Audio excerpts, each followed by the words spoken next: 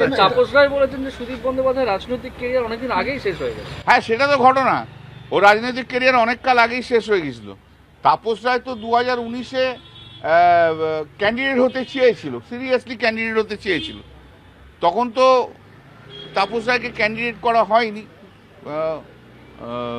সুদীপ দাকে দেওয়া হয়েছিল। তো তার জন্য তাপস রায় বেরিয়ে চলে গেছিল। এবং 2024-এও একটা বড় প্রশ্ন উঠেছিল সুদীপ বন্দ্যোপাধ্যায়কে নিয়ে, যে ওকে ক্যান্ডিডেট করা হওয়া উচিত নয়। যথেষ্ট বয়স হয়ে গেছে, হাঁটতে চলতে পারে না। তা সত্ত্বেও করেছিলেন, দিদি করেছিলেন তাই ক্যান্ডিডেট। তো দিদি ও এমন একটা ক্যান্ডিডেট যে প্রথম থেকে সবাইকার সঙ্গে গদ্দারিটা করতে ভালোবাসে। আর ওই হুমায়ুন কবির বলেছে না ওকে, ও তো সাইকেল চুরি থেকে আরম্ভ করে গদ্দারিতে শেষ হয়েছে।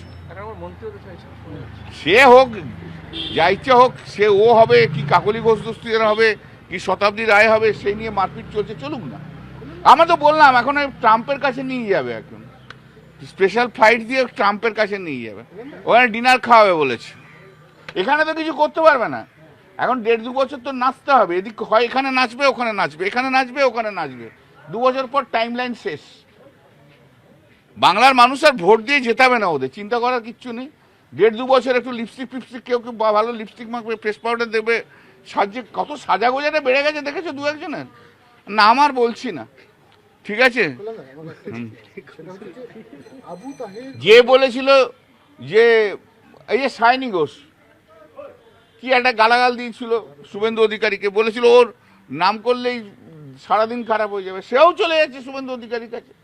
যে আর কি করবে, শুধু বলছে যে তো কোনো কাজ নেই, কনস্টিটুয়েন্সির ডেভেলপমেন্ট। আরে কনস্টিটুয়েন্সিটাই তো চিনলি না 2.5 বছরে, ভূগোলটাই তো জানলো না।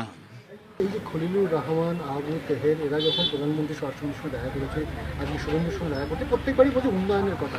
আরে কি উন্নয়নটা করবে সেটা কখনো বলছি মসজিদ থেকে মাইক খোলা, কখনো বলছি ট্রাইব্যুনালের নাম বাদ করা, এইগুলো বলছি কারণ ওরা ভালো করে জানে। শোনো, ট্রাইব্যুনালটা সুপ্রিম কোর্ট ঠিক করে দিয়েছে, এটা নরেন্দ্র মোদীও ঠিক করতে পারবে না, আর এটাও ঠিক করতে পারবে না।